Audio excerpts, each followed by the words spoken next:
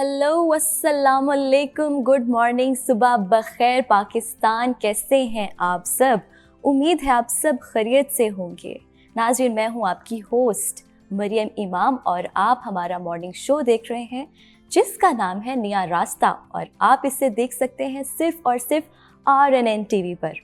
नाज़रीन, अगर आप मुझे देखना चाहते हैं, खूबसूरत चेहरों से भी मिलना चाहते हैं, तो उसके लिए आपको हमारा चैनल लाइक भी करना पड़ेगा और सब्सक्राइब भी करना पड़ेगा, ताकि इसी बहाने आपकी और मेरी डेली मुलाकात हो सके। नाज़रीन, भाई गर्मियाँ आ गई हैं और गर्मी बड़ी ज़्यादा है। हम लोग क्या करते हैं, ख़ुद को एक रूम में ऑक्यूपाइड कर लेते हैं।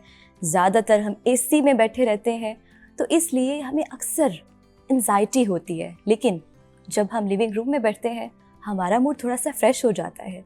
अगर हम पार्क में चले जाते हैं तो हमारा मूड और भी अच्छा हो जाता है। तो इसी तरह जो है, हम खुद को चेंज कर सकते हैं, अच्छा मूड ला सकते हैं। लेकिन जून, जुलाई और अगस्त, ये 3 महीने ऐसे हैं जो गर्मी हमें जिसमें बर्दाश्त करनी पड़ेगी। लेकिन पेरेंट्स के लिए खुशखबरी भी है, बच्चों को स्कूल से छुट्टियां हो रही हैं और मेरे पास एक आइडिया है। हम जो पैसे कपड़ों पे लगा लेते हैं, गैर ज़रूरी चीज़ों पर लगाते हैं, हम एक बजट बना के पैसे सेव करके क्यों ना हम वो नॉर्दर्न एरियाज़ के लिए जो है वो सेव कर लें और वहाँ चले जाएं कुछ दिनों के लिए। आप लोग कहाँ जाना पसंद करेंगे? आपकी फेवरेट प्लेस कौन सी है नॉर्दर्न एरियाज़? मैं जब भी जाती हूँ, मुझे तो भाई नथिया गली बहुत पसंद है। और अक्सर हम जब जाते हैं और जब हम ट्रैवल कर रहे होते हैं, तो आहिस्ता आहिस्ता आहिस्ता मेरा मूड तो बड़ा अच्छा हो जाता है। पूरे साल की थकावट उतर जाती है, तो मुझे अच्छा लगता है। और आई गेस आप लोगों को भी जाना चाहिए। वो मदर्स जो देख रही हैं, बच्चों के बैग पैक करें और यही टाइम है जाने का। मेरे कुछ कज़न्स US रहते हैं और अक्सर मेरी उनसे बात होती है और मुझे वो यही बताते हैं कि वो पाकिस्तान का खाना, फूड बहुत मिस करते हैं, नॉर्दर्न एरिया जाना बहुत पसंद करते हैं। उन्होंने मुझे बताया कि उन्होंने लाहौर की बड़ी बड़ी चीज़ें एक्सप्लोर की हुई हैं, जिन चीज़ों का अभी तक मुझे भी नहीं आइडिया। और मुझे बड़ा अच्छा लगता है, हम सिर्फ पाकिस्तानी ही नहीं, जो फॉरेनर्स हैं वो लोग भी ट्रैवल करते हैं और मुझे उनकी बात इतनी अच्छी लगती है कि वो ज़्यादातर अपने पैसे ट्रैवल पर लगाते हैं, ज़्यादा ट्रैवल करते हैं, इसलिए वो लॉन्ग लास्टिंग और हैप्पी लाइफ जीते हैं। उनकी अच्छी लाइफ का राज ही यही है कि वो ज़्यादा ट्रैवल करते हैं।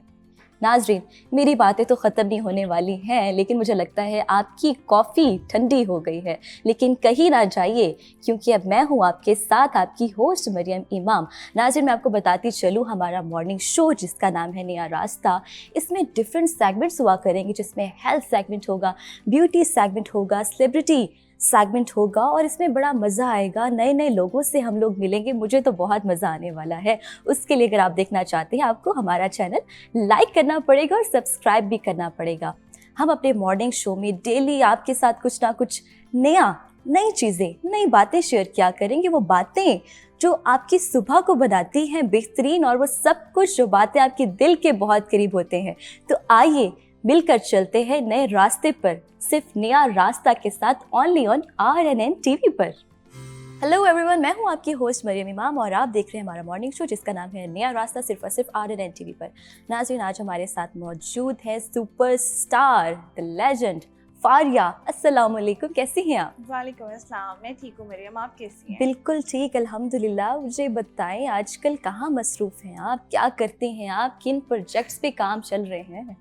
काम चल रहा है। नॉर्मली आपको पता है कि अब सारा डिजिटल मीडिया का टाइम है। हाँ, चैनल्स को अब थोड़ा पीछे छोड़ दिया और डिजिटल मीडिया पे लगे हुए हैं। ठीक है। अभी बहुत जल्द एक बहुत ही ज़बरदस्त प्रोजेक्ट आ रहा है। ओके। वो आपको देखने को मिलेगा। अच्छा, आपको यूट्यूब पे देखने को मिलेगा। यूट्यूब पे? हाँ। अच्छा, तो इट्स क्या अ है? Very good project. डॉक्यूमेंट्री है, drama no, serial it's a है, क्या है? सीरीज। जो है वो ISPR का प्रोजेक्ट है बेसिकली। वेरी हाँ, नाइस। तो I can not reveal much, हम लोगों को ऐसे इंस्ट्रक्शंस भी नहीं है, हाँ, but it is going to be like I have like faith कि अच्छा जाएगा, लोगों को पसंद आएगा। Very nice.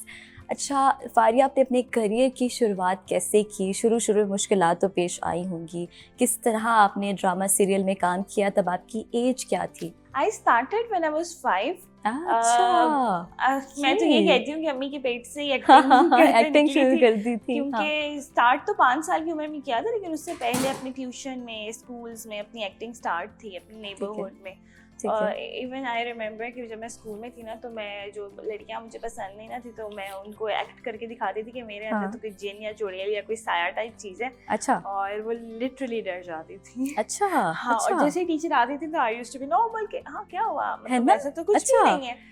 और लेकिन उस टाइम लिटरली लड़कियां ना डर के रहती थी मुझसे, जिनको मैं डराना चाहती थी। ठीक है, ठीक है। तो अच्छा, आप भी अपनी क्लास की शरारती बच्ची भी थी, इनोसेंट बच्ची भी थी? बहुत। अच्छा, मुझे लगता I was like when I started मतलब स्कूलिंग, उस टाइम मुझसे सुबह उठा नहीं जाता था। I was very bad at waking up। तो मैं बोलती थी कि जब मार के मेरे पेरेंट्स उठाते थे, तो जब मैं चली जाती थी स्कूल तो फिर स्कूल जाके सो जाती थी। तो I was not a good student in the early years of my school। लेकिन वो सारा कुछ जो है टीचर्स की बातें, घर वालों की बातें सुन के till the time I reached second standard, तो मैं जो है क्लास की टॉपर हो गई। वो I don't remember how you know the table turn कि मैं कैसे फेल वाले बच्चे से एक टॉपर बच्ची बनी। हाँ, बट आई थिंक वो आपके अंदर होता है, मतलब जो एक इनबिल्ट आपके अंदर जो टैलेंट होता है ना, वो आप उससे हर चीज को ओवरकम कर देते हो। बिल्कुल बिल्कुल। अच्छा, मैं भी अपनी क्लास की सबसे शरारती नॉटी बच्ची थी, लेकिन जब एग्जाम्स आते थे, हमारे क्विज़ेस होते थे, तो मैं बस पढ़ाई शुरू कर देती थी और मेरे अच्छे नंबर आ जाते थे। और मेरी फ्रेंड्स बड़ी वो हैरान होती थी कि तुम कैसे कर लेती हो ये, है ना? ऐसे होता है ना। I was never the one जो बैठ के किताब पढ़ के मतलब मुझे मेरे जब एग्जाम्स होते थे तो मेरी अम्मी और मेरे अब्बू मुझे पूछते थे कि कल एग्जाम है बेटा, थोड़ा पढ़ लो। तो मुझे से कोई ज्यादा पढ़ूंगी ना तो मैं फेल होके आऊंगी, मैं थोड़ा पढ़ रही हूँ, मैं पास हो जाऊंगी। थोड़ा पढ़ने से फिर पास हो जाते थे। हाँ, अक्सर ऐसा होता है कि जो हम याद करते हैं वो सवाल आता ही नहीं है पेपर में। मेरा थोड़ा कॉन्सेप्ट इसलिए डिफरेंट था क्योंकि मैंने एक्टिंग बहुत जल्दी शुरू कर दी थी। और जब मैंने 5 साल की एज में स्टार्ट किया था, उसमें मेरी पर्सनालिटी में बहुत ज़्यादा ग्रूमिंग इस हिसाब से हो गई थी कि मैं चीज़ों को लर्न करना शुरू हो गई थी।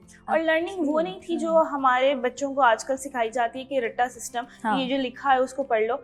हमें जब मतलब मेरी अम्मी क्योंकि एक इंस्टीट्यूट रही है मेरे लिए, she was an actress, she still an actress, तो उन्होंने मुझे हमेशा बताना कि बेटा ये सीन है ना, आपने इसको इस तरह कंसीव करना, इस तरह बोलना है। तो वो मेरी पढ़ाई में उसने बहुत हेल्प किया। अच्छा। तो मैंने हमेशा अपनी लैंग्वेज इंटरप्रेट किया जो भी मैं एग्जाम दे के आती थी। ठीक है। तो वो लर्निंग मेरी 5 साल की एज से ऑन सेट ही स्टार्ट हो गई थी। और उस वजह से आई थिंक मेरा माइंड उस तरह से डेवलप होना शुरू हो गया था। Very nice, very nice. मैं बड़े रट्टे लगाती थी फारिया। जब मेरे एग्जाम्स होते थे, मैं कान बंद करके ना बस सिर्फ पढ़ती थी, सारी रात पढ़ती थी ताकि मुझे याद हो जाए। और एग्जाम्स में वही चीज़ें आती थी। मैं बड़ी लकी थी इस मामले में। दिस इज अ ड्रॉबैक ना कि हमारे यहाँ सोसाइटी में जो पेरेंट्स हैं उनको ये नहीं पता होता। मतलब अगर आप अब्रॉड देखो, कुछ ऐसी स्टेट्स हैं जहाँ पे बच्चों को उस तरह से ही ग्रूम करते हैं, उनको उस तरह से एक्टिविटीज में डालते हैं जहाँ उनके माइंड को, आप स्कूल भेज देने से अपने बच्चे को माइंड जो है उसका तेज नहीं कर सकते। उनको आप फिजिकल एक्टिविटीज करवाएं, उससे बच्चा स्ट्रांग और माइंड ना मेंटली स्ट्रांग हो जाता है। तो स्पोर्ट्स में आप कैसी थी? I was very good. वो अलग बात है कि इतना टाइम नहीं मिलता था क्योंकि स्कूल के बाद मैं सेट पे होती थी और मेरा यही जर्नी रहा है। लेकिन ये कि स्पोर्ट्स में मैं बहुत अच्छी थी। मतलब बेशक वो रनिंग होती थी, बास्केटबॉल होता था या बैडमिंटन होता था, तो वो I used to love. Okay. इसके अलावा फारिया, आपको क्या करना पसंद है? शादी के बारे में क्या सोचा है? शादी के बारे में जिसने करनी है वो सोचेगा। मतलब you know I am the one कि जिसको मैं चाहिए वो मुझे ढूंढ के आए। अच्छा, ये सीन भी है। ऐसे ही होना चाहिए। नहीं, डोंट यू थिंक? होना तो चाहिए। गर्ल्स आर सो प्रीशियस कि लड़कों को उन्हें फाइंड करना चाहिए। That is true. पर कोई पसंद है? People who know me, they know that I love myself a lot. अगर मुझसे कोई पूछता है ना कि मैं अपनी फेवरेट हूँ, हाँ एग्जैक्टली, मुझे लगता है वो लाइन ही मेरे लिए बनी है। मुझे कोई पूछता है आपको किससे प्यार है, तो मैं बोलती पहले तो अपने आप से है, और जिसका मुझे उसी से है। तो फारिया को भी किसी से प्यार है? मतलब everybody who loves me, I love them back. नहीं, मैं उस शख्स की बात कर रही हूँ ना जिससे आपने शादी कर दी। I still want to find that guy, you know, who make me feel that way. जिस तरह से I want to feel, और जिस तरह से मैं अपने बारे में सोचती हूँ। बिल्कुल। और ये मेरा एक मैसेज भी है लड़कियों को कि आप अपने आप को पहले प्यार करो और फिर ही आप। That is true. I hope कि आपको एक अच्छा लाइफ पार्टनर मिले जिसके साथ आप हैप्पीली लाइफ गुजार सके। डेफिनेटली। आपने इंटरनेशनल टूर्स किए हैं? हाँ, मुझे घूमने का तो बहुत शौक है। अच्छा। एक्चुअली मैंने कहाँ गई हैं? मैंने दुबई गई हूँ, कतर गई हूँ, ओमान गई हूँ, और लंदन, मतलब इस तरह की जगहों पे अभी तक गई हूँ, but still I want to explore. मतलब मेरा यही प्लान होता है। मैंने एक्चुअली पाकिस्तान बहुत घूमा है। अच्छा। अपने बचपन से पाकिस्तान में मतलब टूर्स पे जाती रही हूँ, कभी किसी शूट के लिए। इवन कि मैंने एक TDCP का शो किया था बचपन में, जिसमें पूरे पाकिस्तान का टूर किया था, हिस्टोरिकल प्लेसेस गए थे। तो अब मुझे कोई कहते हैं ना पाकिस्तान में इस जगह पे चलो, तो मैं बोलती हूँ I have seen most of the areas, almost Pakistan देख लिया है, तो it's time to like explore the world. तो अब मेरा ये होता है कि हर 3 महीने बाद कि बस बाहर जाना है, पाकिस्तान में बाहर जाना है। हाँ, क्योंकि पाकिस्तान तो देख लिया ना, और वैसे भी दुनिया इतनी खूबसूरत है, निकले और एक्सप्लोर करें। फारिया, लंदन की आपने बात की है, अभी जो रिसेंटली वाकया पेश आया है माहिरा खान से, बेसिकली सिक्योरिटी उनको प्रोटेक्ट कर रही थी, लेकिन जिस तरह से देखा गया था कोई उनको हक कर रहा था, तो वो जो सिचुएशन थी, मजा बड़ा आया होगा। नहीं, वैसे बंदे को मजा बड़ा आया होगा, है ना? हाँ। मतलब माहिरा खान, मतलब लोगों की ख्वाहिश है मतलब कि उनको बस पास से देख के भी गुजर जाए, somebody coming and hugging। और उसने तो उसको वैसे जैसे पकड़ा हुआ था वैसे तो प्रोटेक्ट करा था, पर या वैसे प्रोटेक्ट के चक्कर में उसने मजे भी ले लिया। तो आपने इसको कैसा देखा? आपको क्या लगा? मैंने तो ये देखा कि वो बंदे, मतलब मेरा फोकस तो माहिरा पे था ही नहीं, मेरा तो बंदे पे फोकस था, व्हाट इज ही डूइंग। अच्छा। हाँ, लेकिन उसके बाद वो जो हमायूं सिन्हा के कहा छोड़ दो भाई, हाँ, हमायूं भी उसके साथ था, उसका गार्ड बना हुआ था, उसके साथ था। अच्छा, जो हाथ में ग्लव्स पहने हुए थे वो क्या था? मुझे नहीं पता चला अभी तक। किसने ग्लव्स पहने थे? मैंने कुछ और ही नोट किया। मैंने आपने से वही सीन देखा है? मैंने ग्लव्स देखे ही नहीं। अच्छा, आपको बट वो इतना टाइट, मतलब उसने तो वो कह रहा था कि कोई मतलब लोहे की तरह उसने ऐसे किया हुआ था, शील्ड बना हुआ था उसकी। अब मुझे लगता है माहिरा खान इटसेल्फ बहुत, I think she was not मतलब being protected, वो ज्यादा कंफ्यूज हो रही थी कि मैं प्रोटेक्ट हो रही हूँ, मैं क्या हो रही हूँ। माहिरा खान के हस्बैंड ने जब ये देखा होगा, उन्होंने क्या सोचा होगा? उनको कैसा लगा होगा? यार आई विश वो ना ही देखें।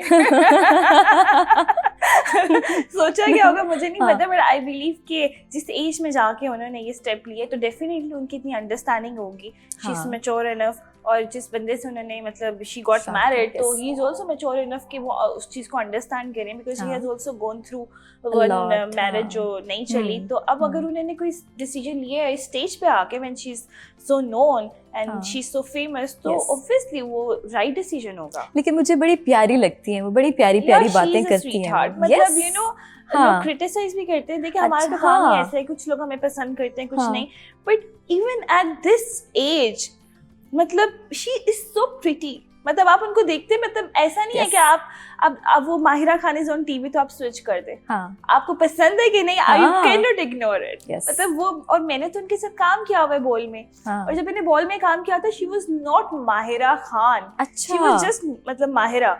तो she is a sweet heart. मेरी तो एज है काफी कम थी, क्योंकि मेरे तो अपने स्कूल टाइम में थी जब वो फिल्म भी बन रही थी और रिलीज हुई, लेकिन वो बहुत ही खूबसूरत इंसान है। अच्छा, सेट पर कैसा लगता था आपको उनके साथ काम करते हुए? बड़ी चीजें आपने उनसे सीखी होंगी?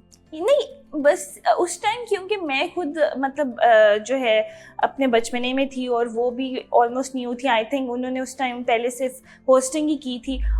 जब हमारी मुलाकात ऐसे हुई थी कि हमारा जेल वाला सीन था, और वो हमारा फर्स्ट सीन था, कैमरा जो ओपन हुआ था। तो वो आई हैं और उन्होंने ऐसे मुझे मिली है जैसे मैं कोई बिछड़ी वाकई बहन हूं उनकी। She was so nice to me. और फिर उन्होंने अपनी जर्नी और हर चीज, उनका उस टाइम न्यू बॉर्न बेबी था, और मतलब यू नो वो सारी डिस्कशन ऐसी थी जैसे एक फैमिली की तरह। बहुत अच्छा लगा। कोई टैंट्रम्स कुछ नहीं है। She letter became Mahira Khan, but उस टाइम भी she was very nice. Okay.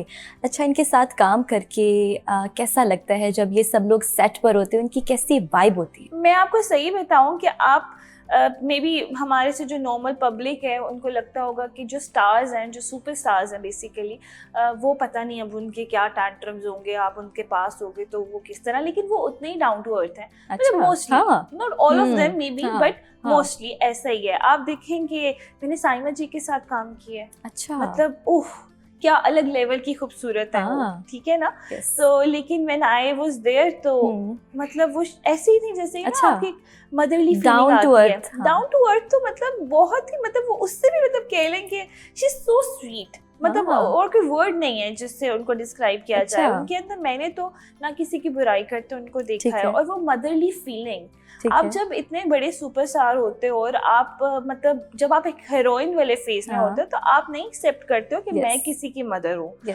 तो लेकिन उन्होंने मुझे बिल्कुल भी ऐसा फील नहीं करवाया। मदर्स डे पे शी गिफ्टेड मी, मेरी बर्थडे आई उस पे वो मेरे लिए गिफ्ट्स लेके आई। तो बहुत अच्छा रहा मेरा जो एक्सपीरियंस, मेरा बहुत अच्छा रहा। Very nice. कोई सेलिब्रिटी क्रश? यार मैं क्रश मतलब मैंने शायद पहले भी मरियम आपको बताया होगा कि मुझे रेसलर्स में क्रश था जब मैं छोटी थी।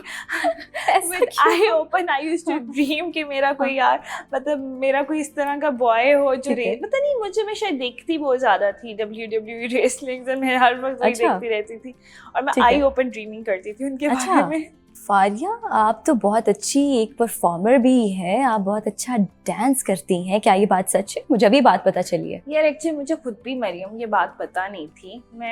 मुझे एक शो के लिए बुलाया था नचले, सीजन 1। अच्छा। कराची में वो काम हुआ था, तो मेरी मदर ये किस चैनल पे लगता था? ARY। तो मेरी अम्मी मुझे मैनेज करती थी, तो वही डिसाइड करती थी कि मैंने कौन से प्रोजेक्ट्स करने हैं कौन से नहीं। ठीक है। तो I remember I was at my home और उनको कॉल आई कि ऐसे कराची में आना है और इस तरह का प्रोजेक्ट है और डांस वगैरह, और मतलब कि अच्छे लेवल पे। तो पहले तो आपको पता है जब डांस का वर्ड आता है ना तो बहुत सारी फिशी थिंग्स आ जाती है माइंड में, क्योंकि पाकिस्तान में कुछ कल्चर हमारा खराब कर दिया है स्टेज पे।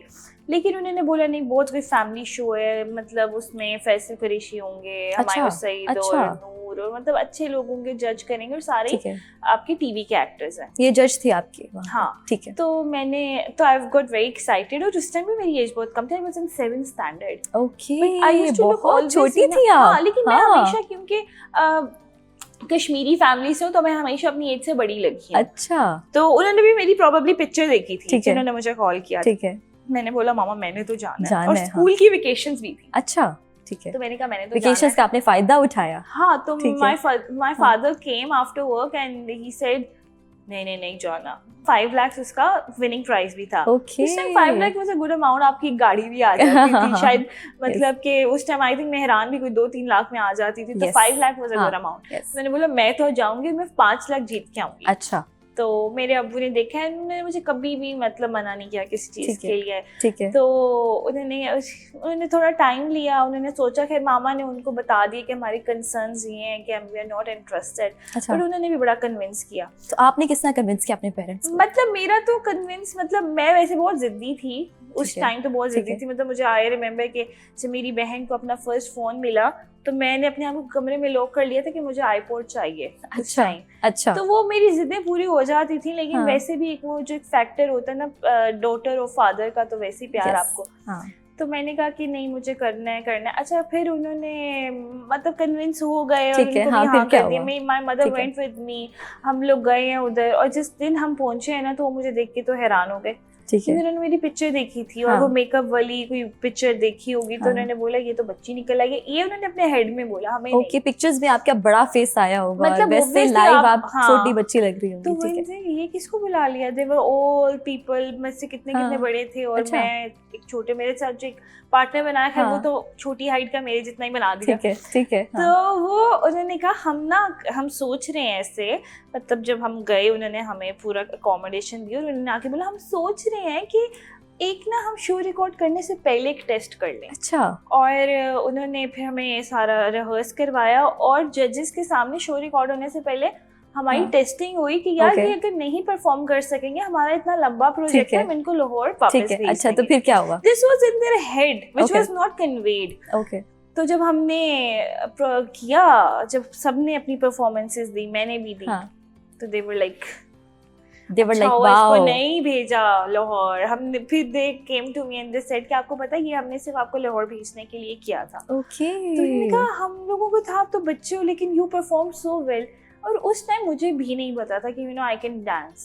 तो आपने परफॉर्मेंस क्या दी थी? कथक सॉन्ग डांस था, क्लासिकल डांस था? क्लासिकल, बट एक स्लो सॉन्ग पे क्लासिकल का कुछ थोड़ा जो मिक्सचर नहीं होता मॉडर्न वाला। ठीक है। और वो मैंने नहीं दिया था, बेसिकली हमारे कोरियोग्राफर्स थे, बहुत बड़ा सेट था, हर किसी को अपना फ्लोर दिया जाता था, मेकअप रूम दिया जाता था, वो तो बहुत बड़ा अच्छा सेटअप था। तो मुझे उस टाइम मैंने एक्सप्लोर किया कि I also have this talent, और अगर मैं वो शो ना करती मैं उसको कभी डिस्कवर ना कर सकती।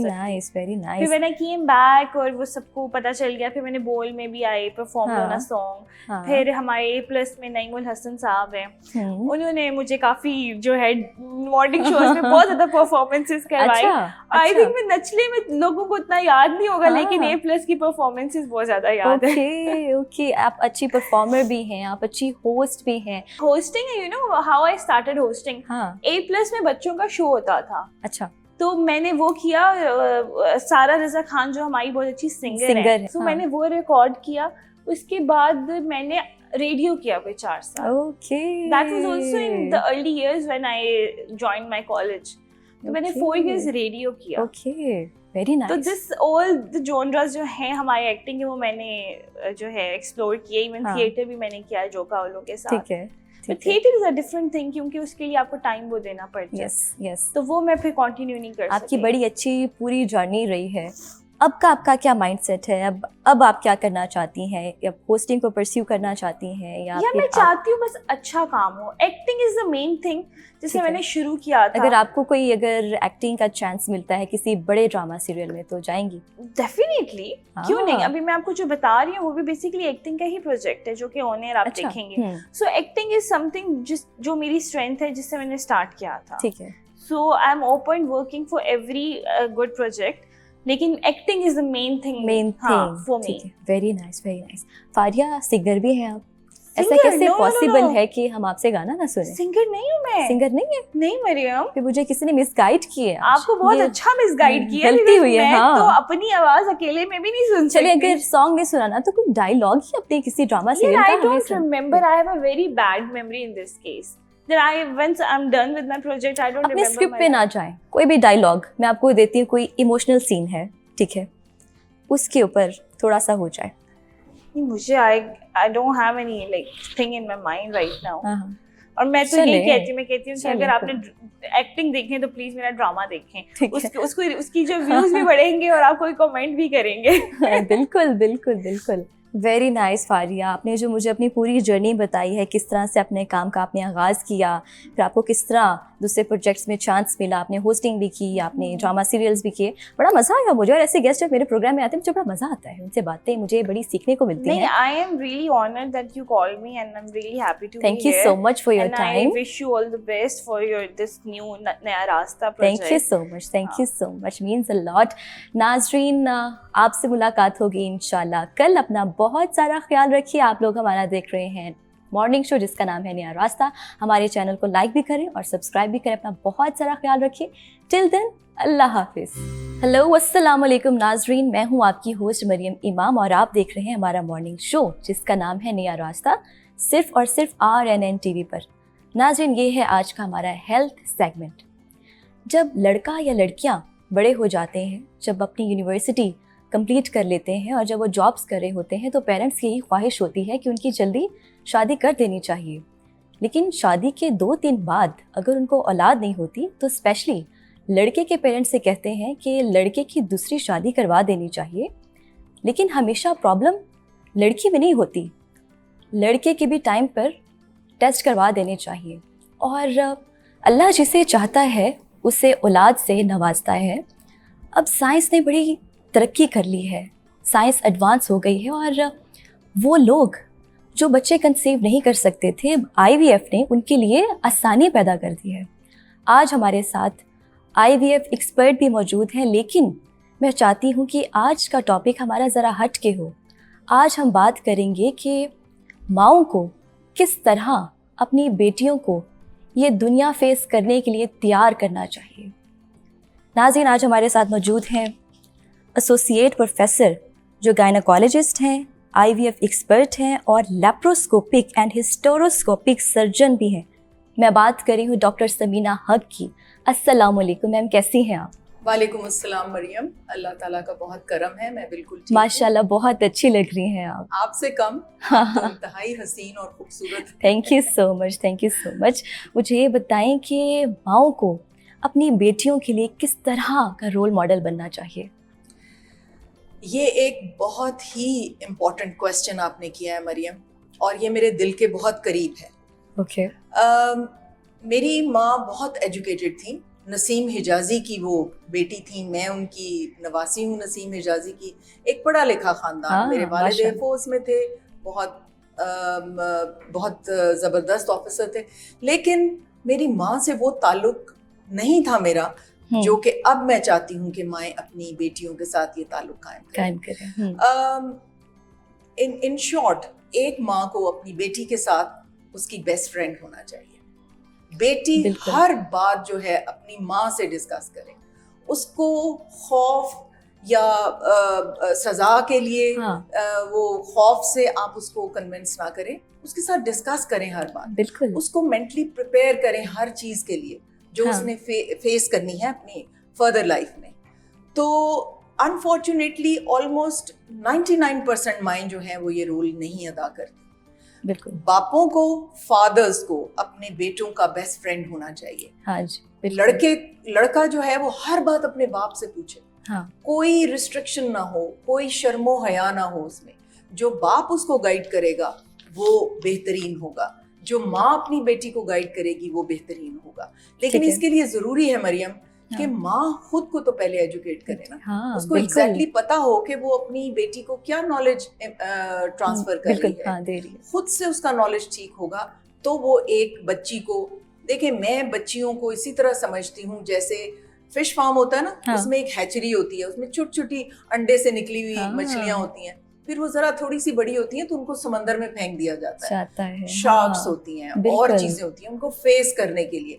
अब वो तो मछलियां हैं, वो तो इंसान नहीं है, उनकी माएँ तो उनको नहीं बता सकती। लेकिन हमारी छोटी मछलियों को समंदर में फेंकने से पहले माएँ कम से कम प्रिपेयर तो कर दें कि दुनिया में कैसे खूंखार लोग बैठे हुए हैं, कौन तुम्हारे हमदर्द हैं, कौन तुम्हारे मददगार हैं। पहचानना सीखो, उनको बुरे और अच्छे की पहचान होनी चाहिए। उनको नेचुरली क्या क्या फेस करना पड़ेगा अपनी बॉडी में चेंजेस की वजह से। प्रेगनेंसी क्या चेंजेस लेके आएगी, आगे मीनोपॉज क्या चीजें लेके आएगा। तो ये अनफॉर्चुनेटली हमारी बच्चियों को, जवान लड़कियों को, किसी को कुछ नहीं पता। बिल्कुल, आपने बड़ी खूबसूरत बात की है कि माओं का एक ब्रॉड थिंकिंग होना चाहिए। उनको पता होना चाहिए कि आज हमारी बच्चियों ने एक हैचरी में से निकल के कल को एक बड़ी बड़ी शार्क्स के साथ टाइम देखना है, उन्हें फेस करना है।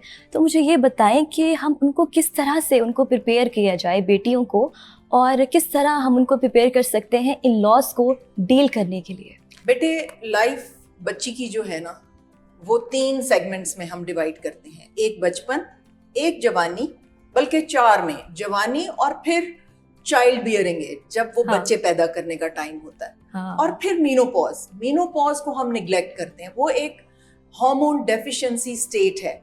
और मैंने बहुत से प्रोग्राम्स किए हैं, बहुत से लेक्चर्स किए हैं, बहुत से क्लब्स में जाके मैंने 40 एंड अबव वुमेन को कहा है कि अपनी अगली जो सबसे ज्यादा टाइम तुमने मीनोपॉज में गुजारना है उसके बारे में जानना सीखो, अपनी क्वालिटी ऑफ लाइफ को इम्प्रूव करो, ताकि जब तुम 90 साल पे अल्लाह सुब्हानो तआला के पास जाने को तैयार हो तो उतने साल तुम एक क्वालिटी लाइफ जियो। क्वालिटी लाइफ, तो ये बचपन से ही शुरू होगा।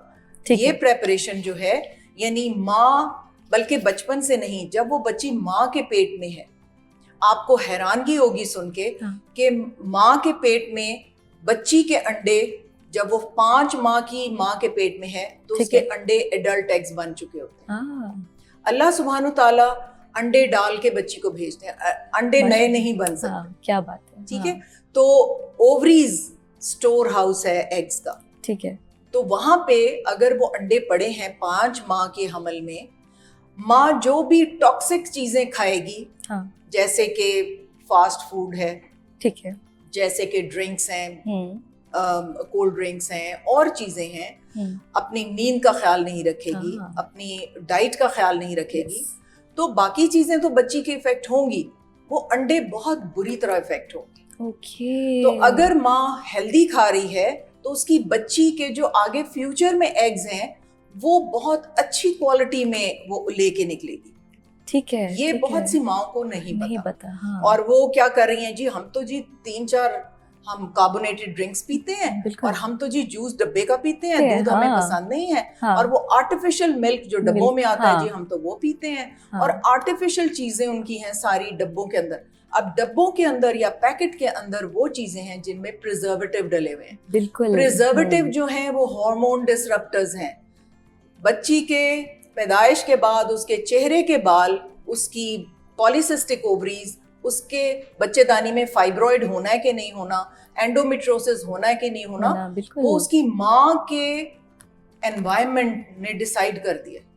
बिल्कुल, हाँ। So it goes on, it's a long story. It goes on very far in the life of a woman. Exactly. तो उसको माँ को सोचना है कि मैं उसको क्या दे के दुनिया में भेज रही हूँ। बिल्कुल, बिल्कुल। ठीक है, हाँ। अगर उसकी माँ ने उसके अंडों को पेट में प्रोटेक्ट किया है, हाँ। तो वो बहुत देर तक बच्चे पैदा कर सकती है। आजकल हमारी बच्चियां 35, 37, 38 के बाद बच्चे पैदा करना नामुमकिन होता जा रहा है।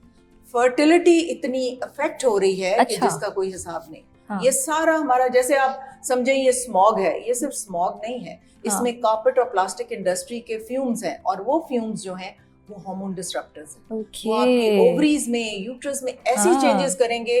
लड़कों के लिए हार्मोन डिसरप्टर्स हैं, वो उनको ईस्ट्रोजन बॉडी में पैदा हो रहा है, स्पर्मेटोजेनेसिस उनकी अफेक्ट हो रही है, वो लड़कियों की तरह चलना शुरू हो गए हैं। मतलब ये सारी चीजें अगर आप गौर करें तो it is very slow and gradual, लेकिन ये हो रहा है। बिल्कुल। तो इसलिए बच्ची को पेट के अंदर इंट्रायूट्राइन आपने ख्याल रखना है। जब बच्ची पैदा होगी उसकी डाइट का ख्याल रखिए।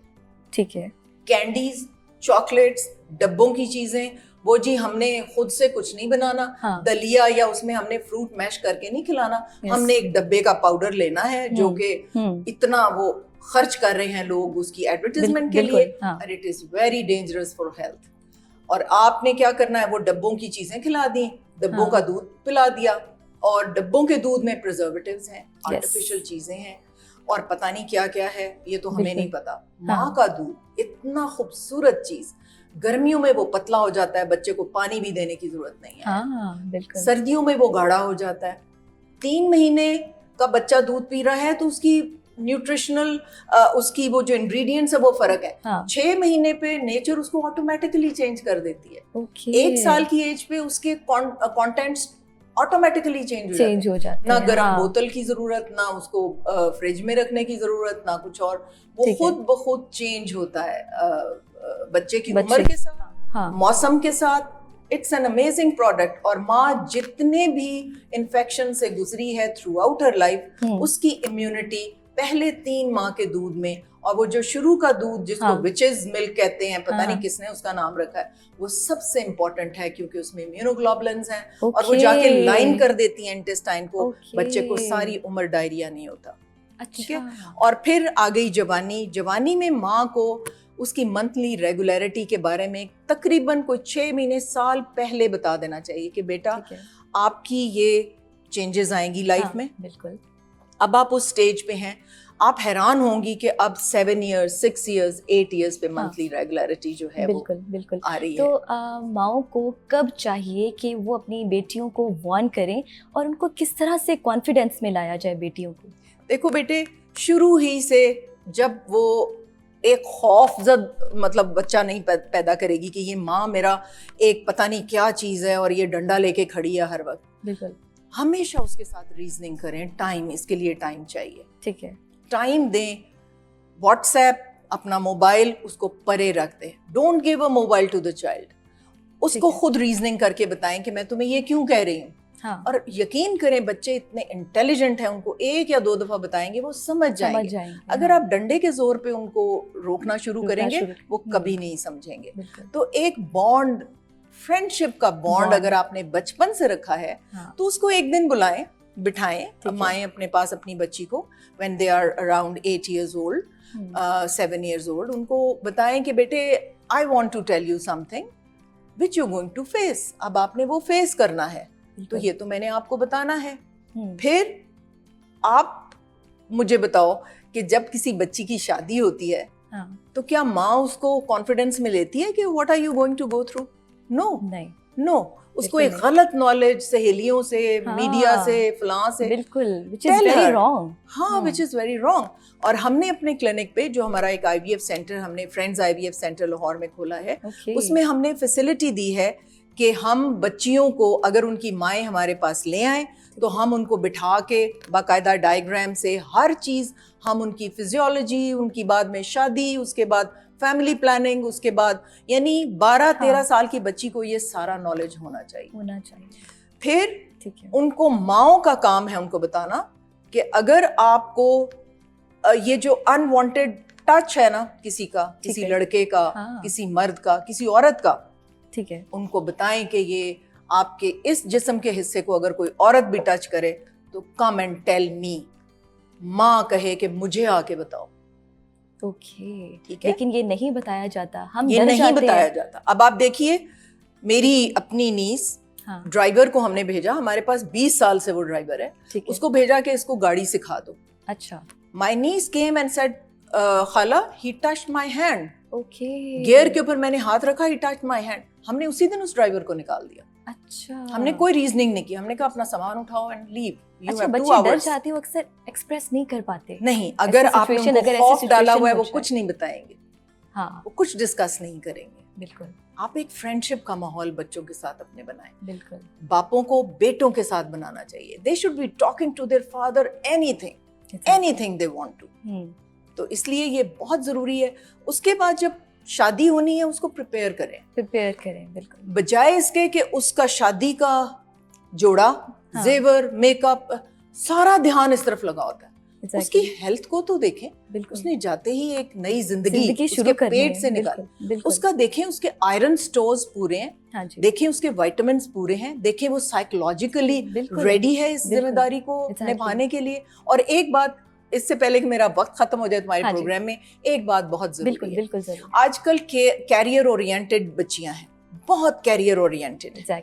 मेरा पैगाम कैरियर ओरिएंटेड बच्चियों के लिए ये है और उनकी माओं के लिए ये है कि 13-14 साल की उम्र में प्लीज उनका एक अल्ट्रासाउंड पेल्विस का करवाइए, उसकी हेल्थ देखने के लिए। फिर आपने अल्ट्रासाउंड स्पेशलिस्ट को कहना है कि प्लीज इसकी ओवरी का साइज मुझे बताएं, ये कब तक अपनी जिंदगी में बच्चे पैदा कर सकते हैं। ऐसा भी पॉसिबल है? क्योंकि एग्स तो नहीं बनने दोबारा। हाँ। अगर बहुत छोटी ओवरीज हैं और लग रहा है कि 30-32 पे इसके एग्स खत्म हो जाने हैं, ठीक है, तो प्लीज उसको कहें कि अपना कैरियर, वो 90 साल तक की भी होगी, हाँ, तो वो कैरियर परस्यू कर सकती है, ठीक है, बच्चे पैदा करने की कहानी खत्म हो जाएगी बहुत जल्दी। yes. और अगर बड़ी बड़ी ओवरीज हैं, गुड स्टोर ऑफ एग्स अल्लाह सुब्हानो तआला ने उसको तोहफे में दिया है, तो फिर वो अपना प्रोफेशन कर ले। और फिर प्लीज बच्चियों के लिए, माओ के लिए, वो अब जमाने चले गए कि जी वो एक अरेंज मैरिज, एक लड़का आया और एक लड़की आई और निकाह किया, और उनका हमारा दीन भी इजाजत देता है, लड़के लड़की को मिलने की इजाजत दें। मेरा बच्चियों के लिए पैगाम है, अपना साथी ध्यान से ढूंढे। यहाँ पे नार्सिसिस्ट लोग बेहिसाब हैं और वो बच्ची को ऐसे पाँव के नीचे रोंद के और उनको डोर का वो समझते हैं, डोर मैट समझते हैं, पैर रख के गुजरना। तो प्लीज अपना साथी ध्यान से ढूंढें। बहुत अमारत की जरूरत नहीं है, एक वो शख्स जो दीनदार हो और जो आपका ख्याल रखता हो, आपका हम ख्याल हो, आपके माँ बाप की इज्जत करे, आपको इज्जत दे, ऐसा साथी ढूंढें। तो बाकी आपने कुछ पूछना है तो मेरे पैगाम ये बड़े जरूरी हैं। आपने इतनी प्यारी बातें की हैं और ये इतनी इंफॉर्मेटिव बातें थी जो हर माँ को, हर बच्ची को पता होना चाहिए। और मुझे लगता है कि इसी तरह हम बातें करते रहें, पर हमारा शो का वक्त ख़त्म हो रहा है। आपसे मिलके बहुत अच्छा लगा, आपने हमें अपना कीमती वक्त दिया, आप यहाँ आई। नाज़रीन, आपसे मुलाकात होगी अगले सेगमेंट में। अपना बहुत सारा ख्याल रखिए। जिल्दन, अल्लाह हाफिज़।